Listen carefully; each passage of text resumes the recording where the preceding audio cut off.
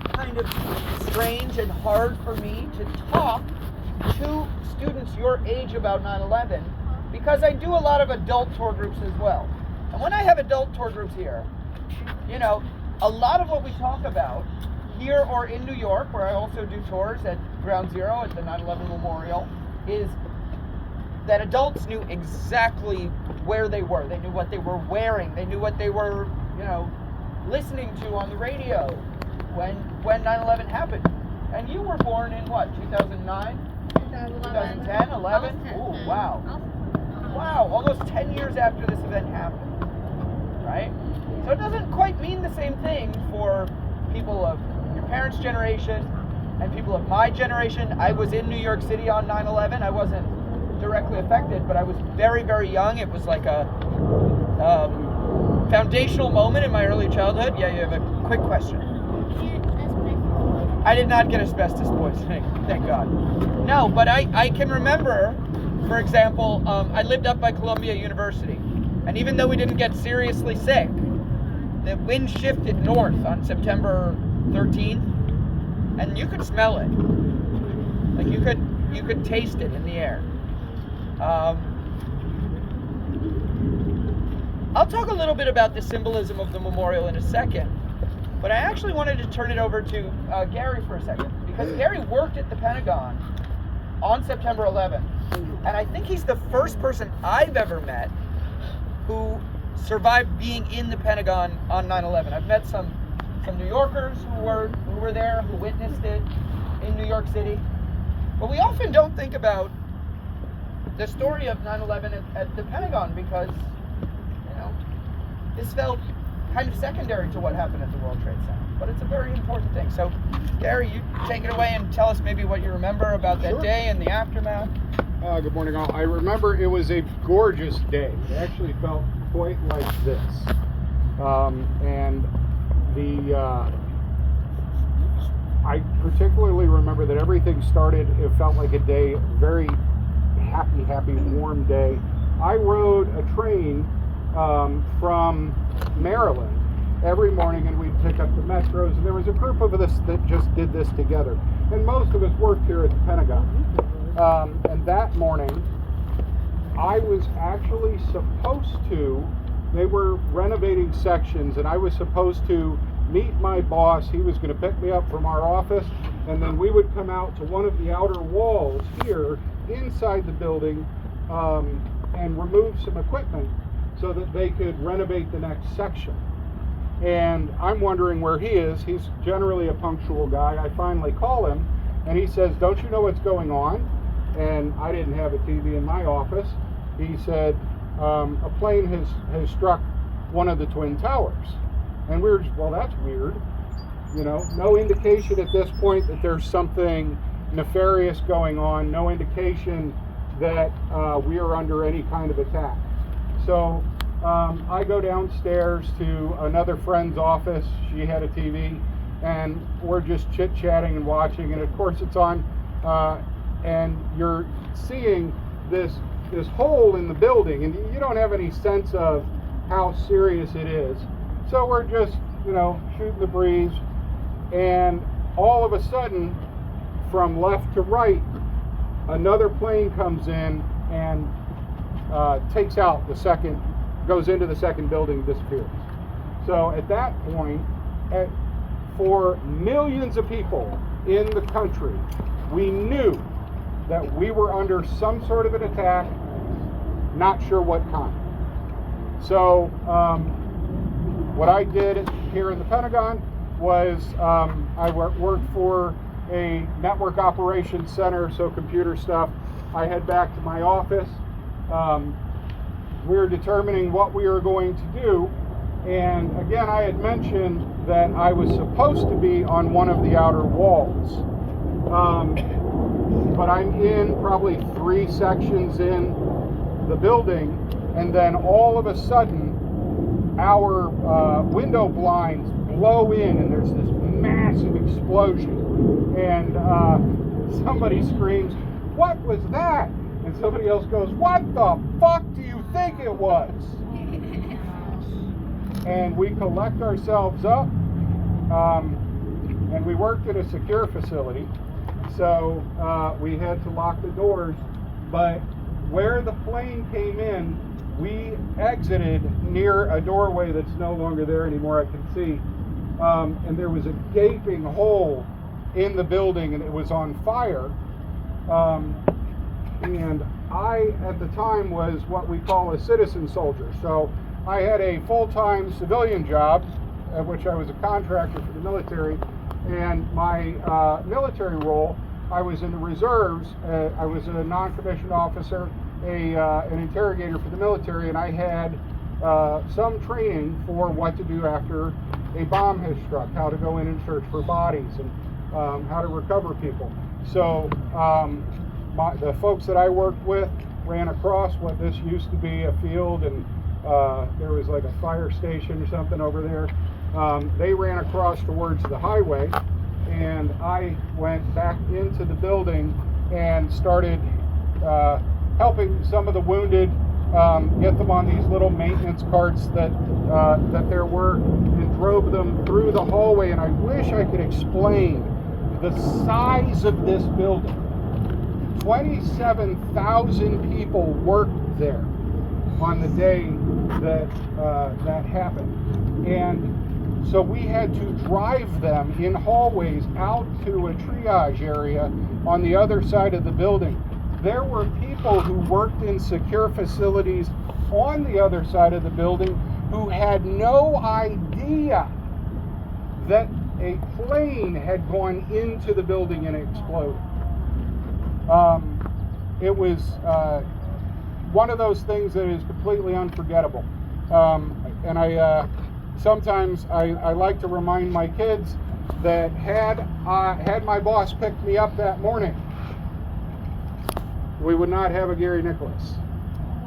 I would not have any kids. I have a question. Yes. Anybody, anybody close to? So most of the people that I knew who died died instantly. They worked underground so I said that this area had just been renovated, and the Navy had facilities just underground where the plane entered. The plane kind of bounced into the building and then dove into the ground, and those areas they just died instantly. There were a lot of other people. They had put up a new fire suppression system. So if there was a fire, these fire doors closed long ways, just across the corridor, and nobody knew how they worked.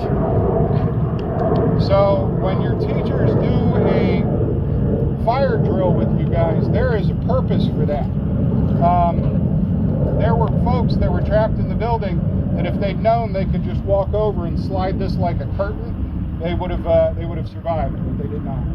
So does anybody have any questions?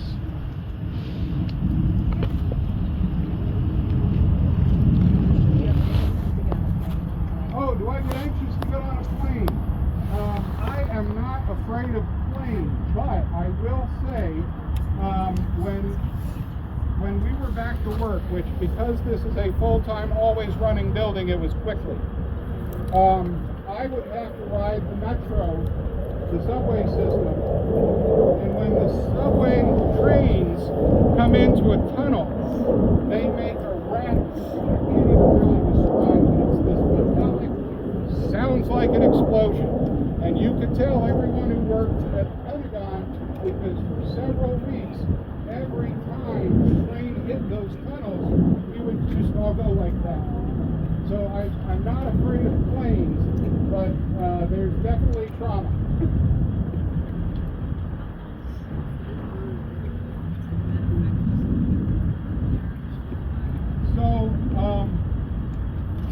So the question is, how long did I work at the Pentagon after that? I got extremely lucky. I would have stayed here forever because I was mad. But I mentioned I was also a non-commissioned officer in the U.S. Army. I was an interrogator. So I was called up to active duty, and within 90 days, I was among the first boots on the ground in Afghanistan hunting the people that did this. So there is no better therapy than that. You got one behind you, Mr. Steele. This is more something to see. Did that kill anybody? Because Did that kill anybody? subjects like this, Absolutely. this isn't really much more something I've seen from the video. Apparently, something. Basically, I don't fully remember what happened for the first plane, but I do remember what happened to the second plane. The one that hit the other tower. The second tower. Basically, it first started off all normal, like the first 90 minutes of flight. Then all of a sudden, radar sign. They could see the plane on the radar, but if they walked to it, nothing would happen. And it then moved to a different station. Because you got different sections. Yeah, across the US. different air traffic controllers. Yeah. Okay. So, second air traffic controller was confused why the plane wasn't responding until they heard sounds of someone being the mic and stuff like get down and we have a bomb, stuff like that. So they did that, and everything that was set in place for all of this was not 10 more seconds. Go. basically basically when they watched the plane roar as it got closer to the second World Trade Center and it advanced. So, what he's talking about is when the planes were hijacked initially. This is not something that we were ever prepared for. Every other hijacking previous to this, not that it happened a lot, was a circumstance where the people, wanted to take hostages to get money, get notoriety for their cause or something. And so when this happened, these planes were going to be used as weapons. So there was no negotiating, there was nothing like that.